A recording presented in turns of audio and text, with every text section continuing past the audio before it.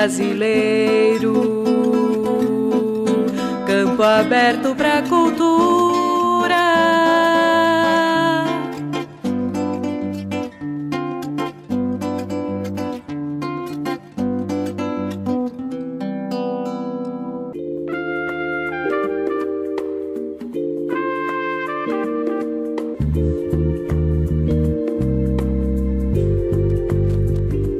Boa tarde, ouvintes! Obrigada pelo carinho da audiência. É Campo Aberto para a Cultura.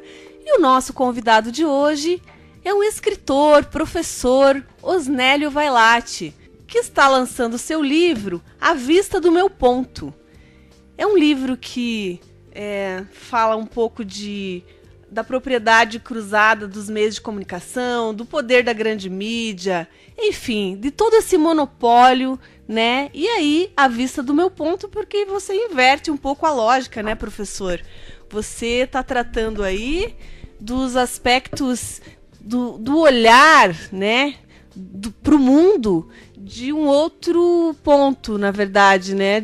A gente está pautado sempre no de cima para baixo, e aí se inverte um pouco. Já vou te pedir para introduzir um pouco o livro, porque o seu livro está chegando, eu ainda não tive a oportunidade de ler, então vai ficar contigo mesmo para ir explicando, mas já antecipando que é uma felicidade imensa estar recebendo mais uma escritora aqui no nosso programa, porque felizmente Laranjeiras tem tido alguns lançamentos de livro, né? A gente teve recentemente o lançamento do livro da professora Silvana Chilive, soube que teve mais uma professora que lançou livro outro dia, que também vamos entrevistá-la posteriormente. Tem o filho da professora Sueli, ali da Escola Anjo da Guarda, que também já vai lançar um livro ainda esse ano. Então é uma felicidade imensa saber que os nossos laranjeirenses, o pessoal aqui da nossa região está escrevendo livros, né? Boa tarde, bem-vindo. Boa tarde, Sarli. Boa tarde, rádio ouvintes. Eu gostaria de agradecer este espaço, né, para divulgar o meu trabalho. Eu vou lançar o livro no dia 9 de dezembro de 2017, às 19h30, no auditório do Laranjeiras Palace Hotel. O meu livro chama-se À Vista de Meu Ponto, e nele eu falo sobre vários temas, né? Economia, política, educação, sociedade. Então, eu sempre tive uma preocupação e até mesmo assim uma certa, digamos, constrangimento, não seria constrangimento, uma certa, digamos, mágoa, porque a mídia, ela normalmente não dá espaço para a classe trabalhadora falar. Eu sou professor, eu faço parte da classe trabalhadora, e eu acho que nesse sentido a mídia não é democrática, principalmente a grande mídia, né? No Brasil nós temos um monopólio da comunicação. A Constituição Federal proíbe a propriedade cruzada dos meios de comunicação, mas nós temos impérios como a Rede Globo, por exemplo, que tem, no caso, rede de TV, tem jornais, tem revistas e rádios. Quando a Constituição estabelece que quem tem emissoras de rádio não pode ter emissoras de TV. Quem tem emissoras de TV não pode ter jornais e revistas. Então, isso é muito prejudicial para a democracia brasileira, porque se há o monopólio da informação, é impossível haver uma democracia plena. Tivemos uma democracia, se ela nunca foi madura, até porque nós já tivemos em nossa história mais períodos autocráticos, ditatoriais, do que democracia propriamente dita. E um fator que é essencial para que nós tenhamos uma democracia plena é a democratização dos meios de comunicação. Essa democratização ela tem que ser quanto à propriedade, porque no Brasil existe o monopólio da comunicação, existe a propriedade cruzada dos meios de comunicação, que é algo que é proibido pela Constituição. Então, quem possui emissoras de TV não pode ter emissoras de rádio e não pode ter jornais e revistas. Quem tem jornais e revistas não pode ter emissora de rádio, não pode ter emissora de TV. Nós temos impérios como, por exemplo, da família Roberto Marinho, da família Marinho, que eles têm emissora de TV, eles têm rádio, eles têm jornais e revistas. Então eles ditam a verdade no país, porque o que eles entendem como verdade é o que passa a ser entendido como verdade pela população. E infelizmente o que eles entendem não é o que é bom para o povo, né? Exatamente, até porque o que nós temos ali é um grupo gigantesco, né, da alta burguesia, e que vai defender os interesses dos grandes capitalistas. Os próprios e os dos colegas. Exatamente. Então, a classe trabalhadora, as classes mais populares, elas não têm meios de acesso a essas emissoras. E até porque o próprio Roberto Marinho, numa CPI em 1967, o falecido Roberto Marinho, ele disse que o maior poder do Globo, como ele chama, o Império Globo, como ele chamava, seria naquilo que ele omite e não naquele que noticia.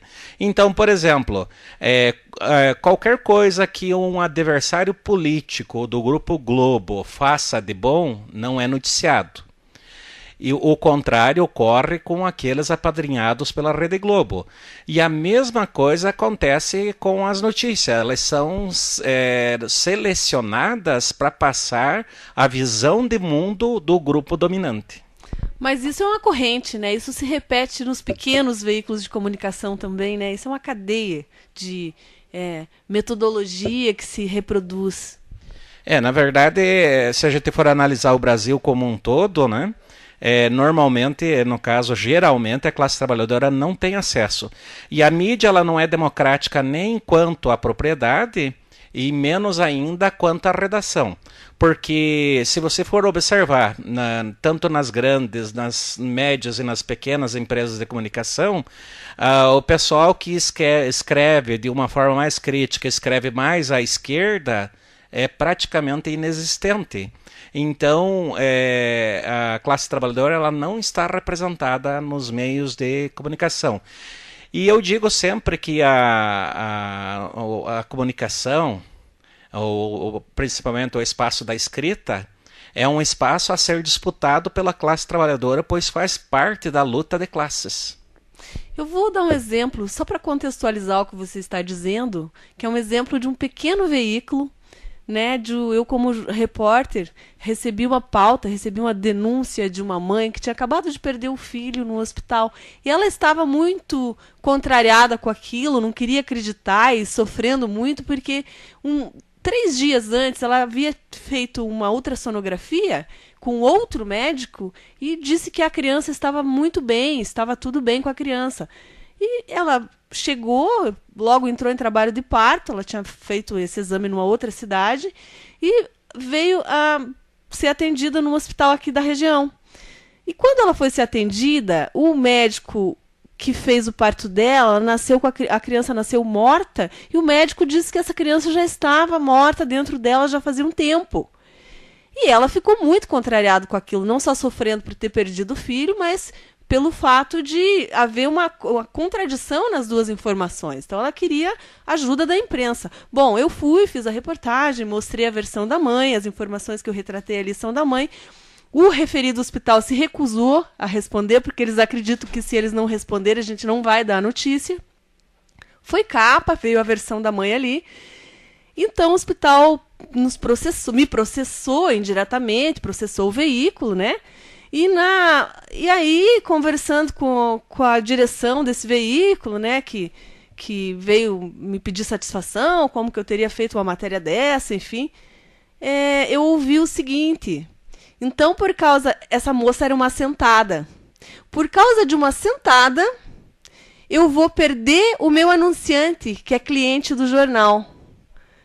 Isso, para mim, é um divisor de águas, né? Então, a gente se pauta pelo capital e não tem conversa. Mas essa é a realidade do Brasil, né? Então, infelizmente, né? Não sei de qual meio de comunicação você fala, mas a classe trabalhadora ela não tem acesso à redação dos meios de comunicação da pequena mídia. A pequena mídia normalmente reproduz o que a grande mídia coloca no ar. E eu, de minha parte, assim, o que eu posso dizer assim que no caso, no jornal onde eu tenho a coluna, eu nunca fui censurado, né? Então, né, isso eu tenho a agradecer. Eu só lamento assim que, no caso, eu queria que tivesse mais gente, no caso da minha, no caso a ideologia da classe trabalhadora, né, escrevendo, né, nos jornais, defendendo nas revistas, também, né, seus pontos de vista. no caso porque é uma questão assim de democracia, né?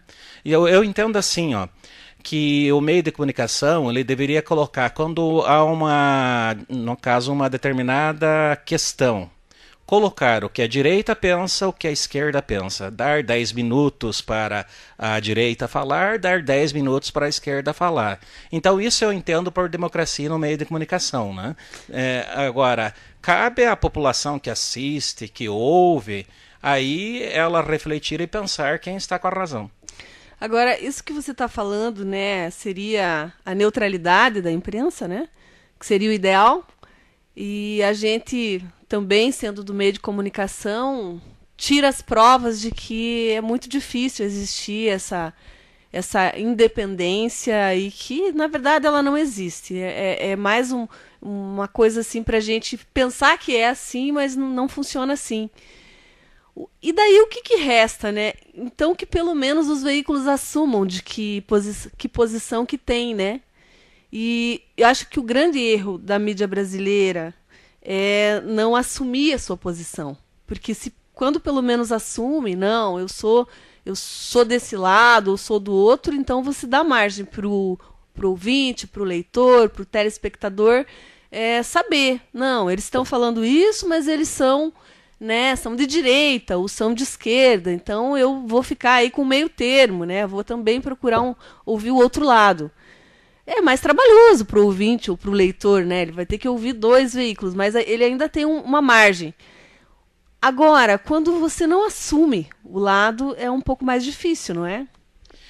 Na verdade, assim, é uma coisa. Eu sou um crítico dos Estados Unidos, mas tem uma coisa na imprensa dos Estados Unidos que eu acho interessante. Lá, os jornais se posicionam em toda a campanha política, uma campanha presidencial, por exemplo. Eles colocam lá em todas as páginas do jornal que o jornal New York Times apoia o candidato tal. Então isso está na cultura do povo estadunidense. E aqui no Brasil Mas isso é uma coisa bacana, né? É bacana. A revista Carta Capital foi a única a se posicionar na última campanha a presidente. Ela se posicionou em defesa da candidatura de Dilma. E os outros meios de comunicação não se posicionaram. Então eu acharia assim que até para a própria democracia e para os próprios leitores, telespectadores, radioouvintes, né, se o meio de comunicação se posicionasse, era bem melhor até para o público formar uma opinião sobre o assunto. Joga limpo, né? Eu Sim. defendo tal lado e ponto. Mas legal. Osnélio, voltando aqui para o livro, né? A gente está falando do livro, né? Do contexto, mas assim, focando mais mesmo do porquê que você resolveu escrever esse livro. É o seu primeiro livro? É meu primeiro livro, mas não será o único. Eu já estou trabalhando num projeto de literatura infantil. Eu estou sendo cobrado pela minha filha de 7 anos, né? Então eu costumo contar historinhas e ela gosta muito das histórias e ela quer que eu escreva o livro. Então, a capa desse livro que eu estou publicando, ela é do Jim Halley, um artista bem conhecido, né, aqui da nossa cidade. Sim, conhecemos também. A capa, só para falar aqui para o ouvinte, é uma capa bem interessante, porque ela é uma capa que faz um espelho, né? De cima você tem a Rosa dos Ventos, aqui você tem alguns elementos urbanos, né? E ao mesmo tempo tem uma figura pensante aqui, né? Que imagino que é o centro de referência aqui dessa capa. E tem um inverso aqui, como se fosse uma sombra. A vista de meu ponto. Bom, vai me explicando essa capa, por favor. Então a capa ela tem o Pensador de Rodin. E o Pensador, ele tem algumas placas indicando várias direções. Numa direção está o progresso e os danos colaterais do progresso, que é a poluição, mas também o emprego, né, a economia. E de outro, a natureza preservada e menos emprego. E então, daí uma visão de mundo. A Rosa dos Ventos, ela indica para o sul, ou seja, no caso, o objetivo é mostrar que eu escrevo não com uma visão eurocêntrica do norte para o sul, mas do sul para o norte, dos países subdesenvolvidos em relação aos países desenvolvidos. A parte espelhada, que a Shirley falou, aparece a mesma imagem colorida em cinza, está inversa e em cinza, né? Por que cinza? É esse mundo que nós temos, que não é ecologicamente sustentável, porque nós estamos degradando a natureza num ritmo que a natureza não consegue se recompor. Nós estamos num planeta que tem tanta água, já estamos com dificuldades, já existem guerras por causa da água, e também não é socialmente sustentável, porque nós temos quase 1 bilhão de pessoas passando fome. Enquanto isso, temos 1% da população que é dona de 10% da riqueza mundial. Aliás, 1% que é dono de 50% da riqueza mundial. Então tem algo errado aí, né? 85 pessoas são donas de 10% da riqueza do planeta. Então é esse mundo cinza que nós temos, de muita pobreza, de muita fome, de muita desigualdade social, na era das informações, termos quase 1 bilhão de pessoas analfabetas no planeta. E também no caso, um mundo que economicamente não é sustentável. Por quê? Se a gente for ver, as crises se sucedem. O modelo capitalista, as crises ocorrem a cada 10, 15 anos, né, e crises prolongadas. E sempre que há crise, a classe trabalhadora é chamada a pagar a conta dessa crise. Vide agora. Estamos tendo esse exemplo agora. Exatamente. E daí uma outra coisa aqui, aparece o título, A Vista de Meu Ponto, com a tarja preta. E escrito em vermelho. O vermelho que muita gente pensa ser o do PT, na verdade o vermelho é o vermelho do sindicato. E o vermelho do sindicato representa o sangue derramado pela classe trabalhadora na luta pela conquista de direitos. A tarja preta indica censurado, porque essa é a história do Brasil. Uma fala à esquerda, uma fala da classe trabalhadora, geralmente tem sido censuradas no Brasil. E os sindicatos, como defensores dos direitos dos trabalhadores, são vistos como algo muito ruim, pregado pela mídia, como algo, né? Cada comentário que a gente vê que é reproduzido, porque tudo que é em defesa do trabalhador acaba sendo um incômodo, né? Exatamente. Inclusive eu encontro pessoas na rua que não conheço, e daí percebo assim que estão com olhares assim, digamos, não muito amistosos com relação à minha pessoa. Aí eu fico pensando, o que eu fiz para essa pessoa? Daí logo lembro, deve ser alguma coisa que eu escrevi, que não gostou, sabe o que eu penso. Então nós vivemos numa sociedade assim que ela é fascista, né? Nós temos uma grande parcela da população fascista, uma população que não aceita a opinião divergente, e uma sociedade assim que não é democrática. E que debate pessoas ao invés de ideias. Para você ter uma ideia, eu tenho um amigo desde a infância. Esse amigo meu, ele pensa exatamente o contrário do que eu penso. Nós nunca brigamos, nós nunca discutimos. Ele respeita a minha opinião, eu respeito a opinião dele. As pessoas em quem eu voto não são as pessoas em quem ele vota. Então, assim, ele não concorda com as minhas ideias, mas nós somos muito amigos. Nunca houve nenhum, no caso assim, nenhum atrito. Nenhum atrito, né? Agora você me fez lembrar o Mário Sérgio Cortella, que ele dá um exemplo parecido, assim. Que ele tem um amigo que, na verdade, é o maior inimigo ideológico dele, mas que tem uma importância enorme na vida dele, porque ele sempre melhora aquilo que ele vai fazer, pensando que esse amigo vai criticar e que ele não dá margem para o amigo ter razão, né? Então, isso é bom para os dois, né? Eles se complementam ali. Então, mas que interessante. Então, essa capa, você vai falar um pouquinho do editorial também, né? Que daí você tá aí já colocando o seu ponto de vista também, né? Eu gostaria de comentar o seguinte: a contracapa, ela tem a cor vinho.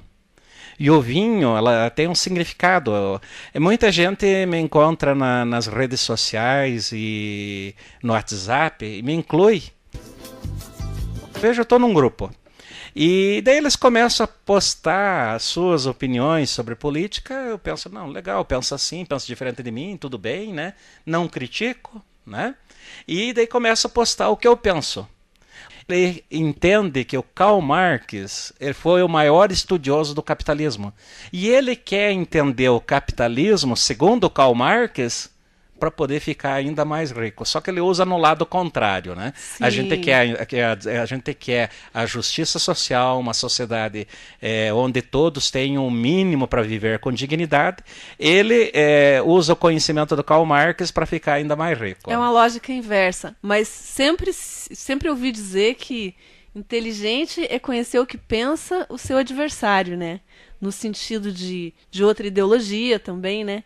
Então, quando você não concorda e quer que o outro se cale, isso não é bom nem para você, né? O importante é ouvir, é ter a tolerância, né? Mesmo assim, mesmo que a gente ouça não seja do agrado dos ouvidos. Uma coisa que você falou que eu considero muito importante é que o debate é um debate de ideias, nunca é um debate de pessoas.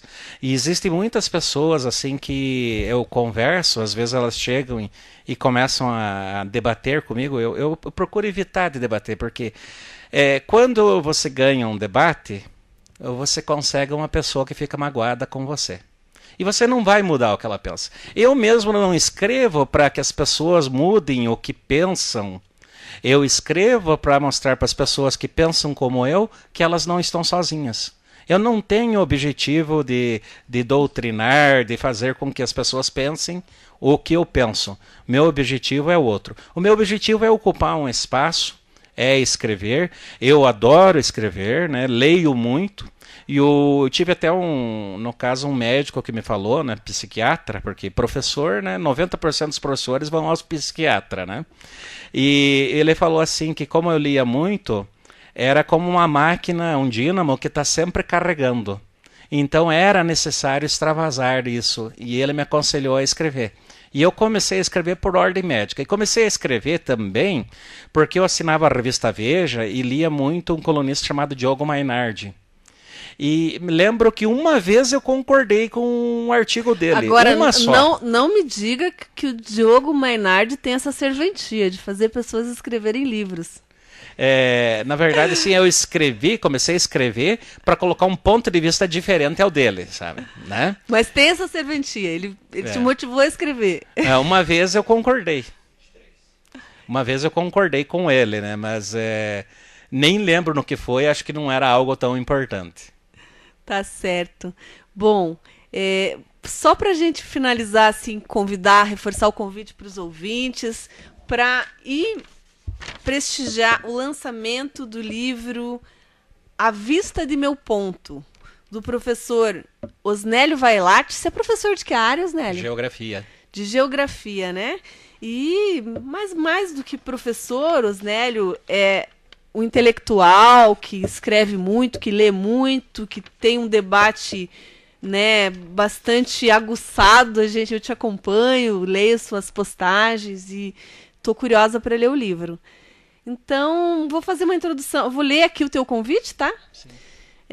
Do conhecimento de todos que, ao mudarmos o lugar onde se visualiza algo, muda-se o ponto de referência, revelando novos ângulos e nuances que podem mostrar algo antes oculto e ocultar aquilo que antes era visualizável.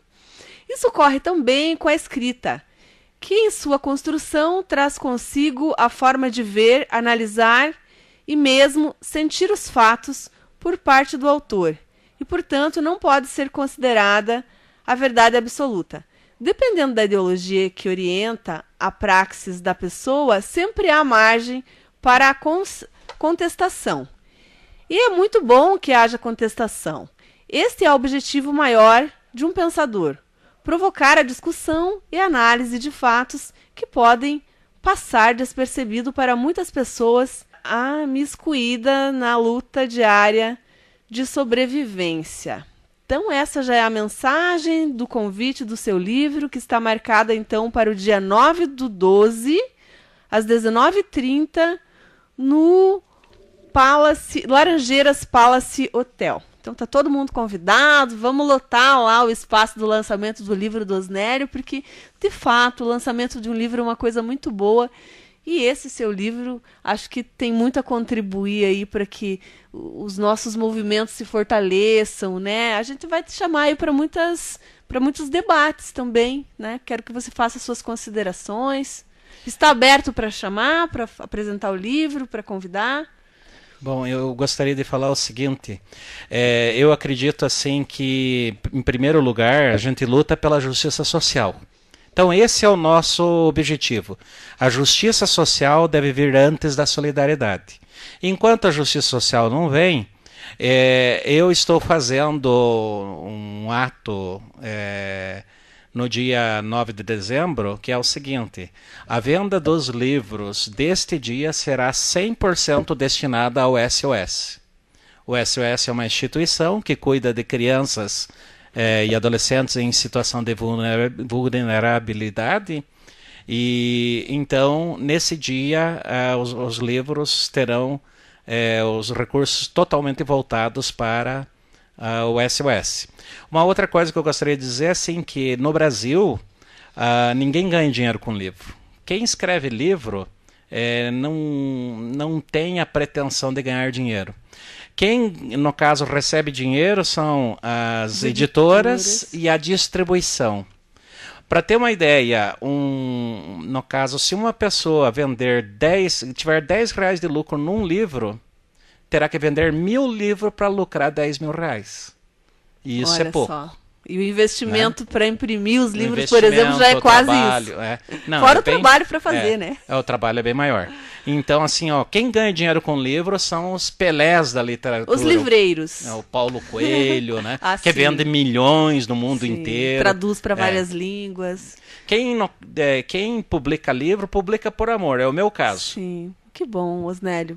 Muito obrigada, muita honra em tê-lo aqui em primeira mão, porque o livro chega hoje, né, nas suas mãos, então já aí está de pronto o convite para os ouvintes e estaremos lá no lançamento fazendo a cobertura. Um abraço. Obrigado.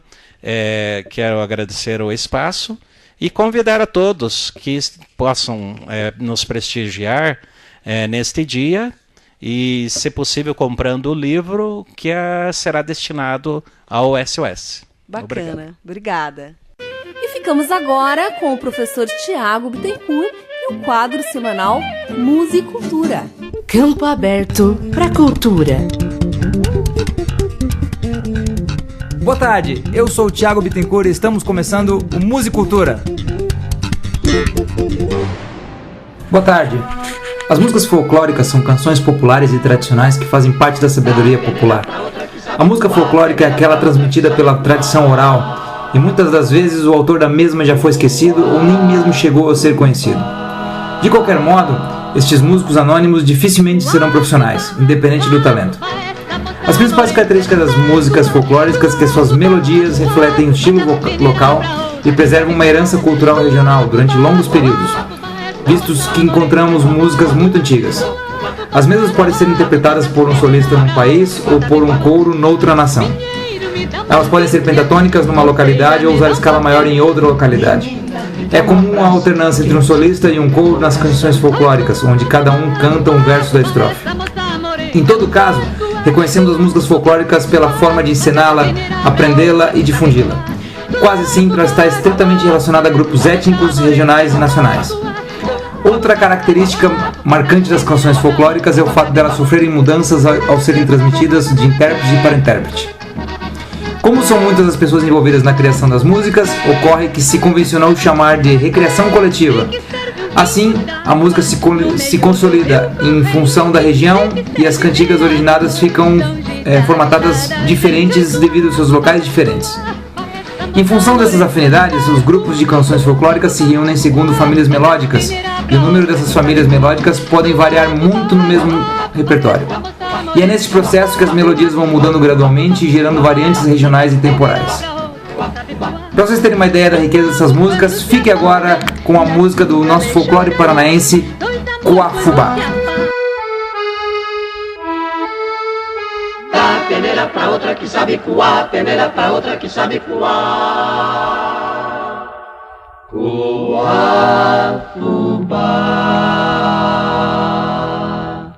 Cuafubá, Cuafubá, essa moça morena não sabe coar. Cuafubá, Cuafubá, dá peneira pra outra que sabe coar. Cuafubá, Cuafubá, essa moça morena não sabe coar. Cuafubá, Cuafubá, dá peneira pra outra que sabe coar. Pinheiro me dá uma pinha, roseira me dá um botão. Menina, me dá um abraço que eu te dou meu coração. Oi, Cuafubá, Cuafubá, essa moça morena não sabe coar. Cuafubá, Cuafubá, dá peneira pra outra que sabe coar. Cuafubá, Cuafubá, essa moça morena não sabe coar. Cuafubá, Cuafubá, dá peneira pra outra que sabe coar.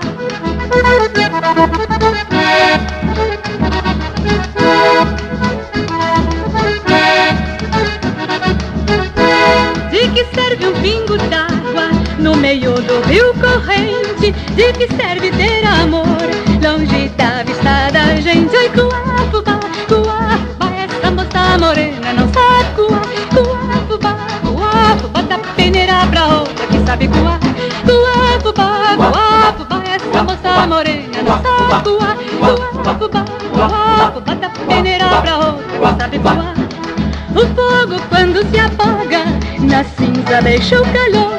Dois amor quando se apartam, no coração deixa dor. Oi, Cuafubá, Cuafubá, essa moça morena não sabe coar. Cuafubá, Cuafubá, dá peneira pra outra que sabe coar. Cuafubá, Cuafubá, essa moça morena não sabe coar. Cuafubá, Cuafubá, dá peneira pra outra que sabe coar. Dá peneira pra outra que sabe coar, peneira pra outra que sabe coar.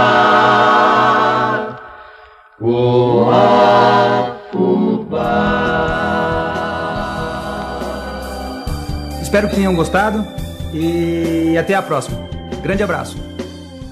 É campo aberto para a cultura e você, ouvinte, é nosso convidado no próximo domingo com mais um tema relevante sobre a cultura do nosso município e da região. Campo Aberto pra Cultura. Apresentação, produção e direção, Celi Andrade. Gravação e edição, DJ Gomes e Valdecir de Oliveira. Apoio, Universidade Federal da Fronteira Sul, Rádio Campo Aberto, Iguaçu Antiguidades, Som de Davi, MW Produções. Brasil, meu Brasil brasileiro. Campo aberto pra cultura.